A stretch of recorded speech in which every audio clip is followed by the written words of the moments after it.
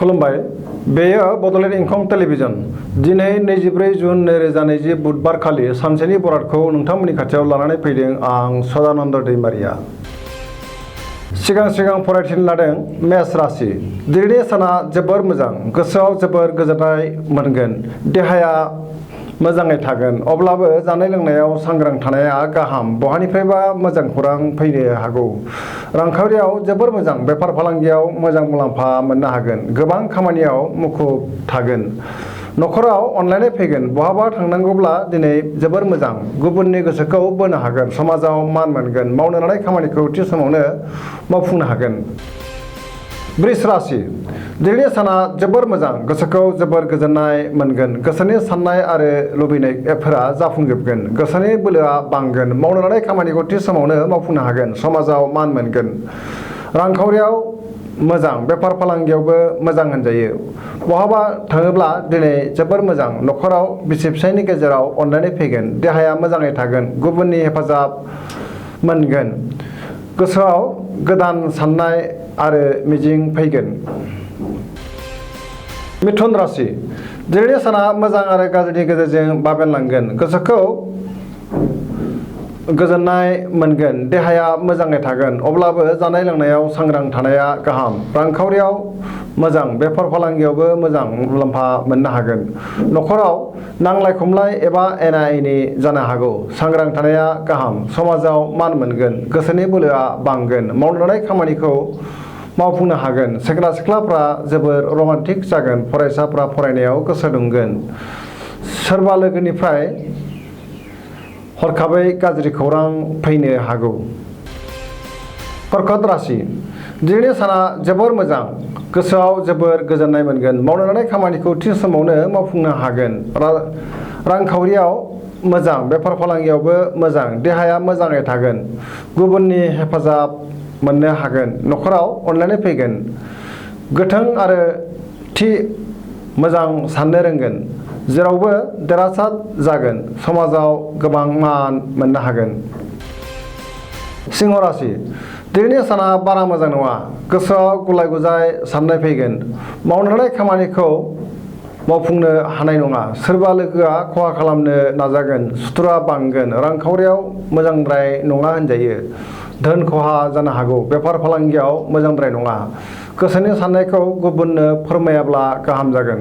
नङाब्ला गुबुना फोथायनाय नङा आरो गुबुन उल्थासो बुजिगोन। सोरबा लोगोजों सन्देह खालामजागोन। न'खराव अनलायनाय फैगोन। गोसोनि जिंगाया बांगोन। कन्या राशि। दिनैनि साना जोबोर मोजां, गोसोखौ जोबोर गोजोननाय मोनगोन। सुथुरखौ फेजेननो हागोन। जेरावबो देरहासार जागोन। गुबुननि गोसोखौ बोनो हागोन। बहानिफ्रायबा हरखाबै मोजां खौरां फैनो हागौ। रांखावरियाव जोबोर मोजां, मोननो गोनां धोनखौ दिनै मोननो हागोन। बेफार फालांगियाव मोजां मुलाम्फा मोनगोन। देहाया मोजाङै थागोन। गोबां सुबुंखौ लोगो मोनगोन आरो रायज्लायनो खाबु मोनगोन।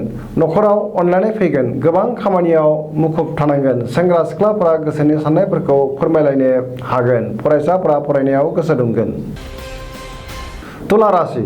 दिनैनि साना जोबोर मोजां, गोसोनि बोलोआ बांगोन। गोबां धोन मोननो हागोन। गोसोनि साननाया जाफुंगोन। खामानिखौ थि समावनो मावफुंनो हागोन। देहाया मोजाङै थागोन। रांखावरियाव मोजां, मोननो गोनां धोनखौ मोननो हागोन। न'खराव बिसि फिसायनि गेजेराव अनलायनाय फैगोन।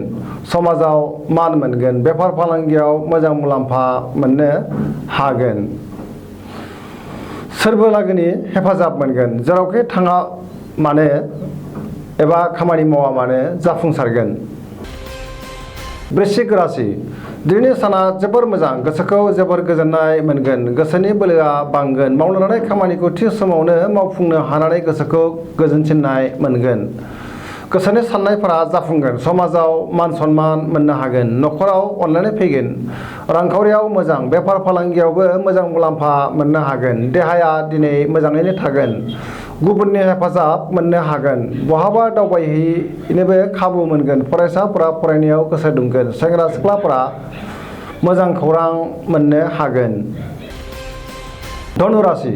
दिनैनि साना जोबोर मोजां, गोसोआव जोबोर बोलो बांगोन मावलांनाय खामानिखौ थि समावनो मावफुंनो हागोन गोसोनि साननायफोरा जाफुंगोन रांखावरियाव जोबोर मोजां मोननो गोनां धोनखौ मोननो हागोन बेफार फालांगियाव जोबोर मोजां समाजाव मान मोनगोन देहाया मोजाङै थागोन न'खराव अनलायनाय फैगोन सेंग्रा सिख्लाफोरा रमान्टिक जागोन सोरबा लोगोआ गाज्रि नोजोर होखोमागोन सांग्रां थानाया गाहाम।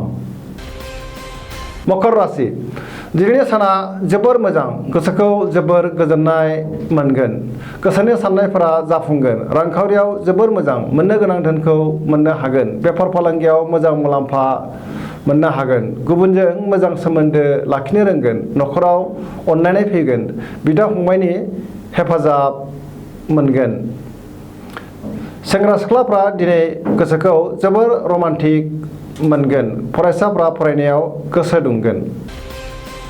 कुम्भ राशि दिनैनि साना जोबोर मोजां गोसोखौ जोबोर गोजोननाय मोनगोन मावलांनाय खामानिखौ थि समावनो मावफुंनो हागोन बहानिफ्रायबा मोजां खौरां फैगोन समाजाव मान मोनगोन गोबां मुंदांखा सुबुंजों लोगो मोनलायनो खाबु मोनगोन रांखावरियाव जोबोर मोजां बहानिफ्रायबा गोबां धोन मोनगोन फालांगियाव मोजां मुलाम्फा मोननो हागोन देहायाबो दिनै मोजाङैनो थागोन न'खराव बिसि फिसायनि गेजेराव अनलायनाय फैगोन गुबुननि हेफाजाब मोनगोन फरायसाफ्रा फरायनायाव गोसो दुंगोन सेंग्रा सिख्लाफ्रा गोसोखौ जोबोर रमान्टिक मोनगोन। मीन राशि दिनैनि साना मोजां आरो गाज्रिनि गेजेरजों बाबेरलांगोन गोसोआव गुलाय गुजाय साननाय फैगोन गोसोनि बोलोआ लोरबां जागोन गावनि साननायखौ गुबुननो दाफोरमाय देहाया मोजाङै थागोन रांखावरियाव मोजां बेफार फालांगियाव मोजां न'खराव अनलायनाय फैगोन गोसोआ जोबोर रमान्टिक जागोन बहाबा दावबायहैनो खाबु मोनगोन आरो साननायफोरा जाफुंगोन। दिनैनि राशि फरायथिनाया एसेनोसै जोबनायाव बेखौनो खावलायो जाहाथे नोंथांमोना सानफ्रामबो जोंनि बे बड'लेण्ड इंखं टेलिभिजनखौ नायबाय थायो आरो साबस्क्राइब खालामो एसेनोसै गोजोन्थों।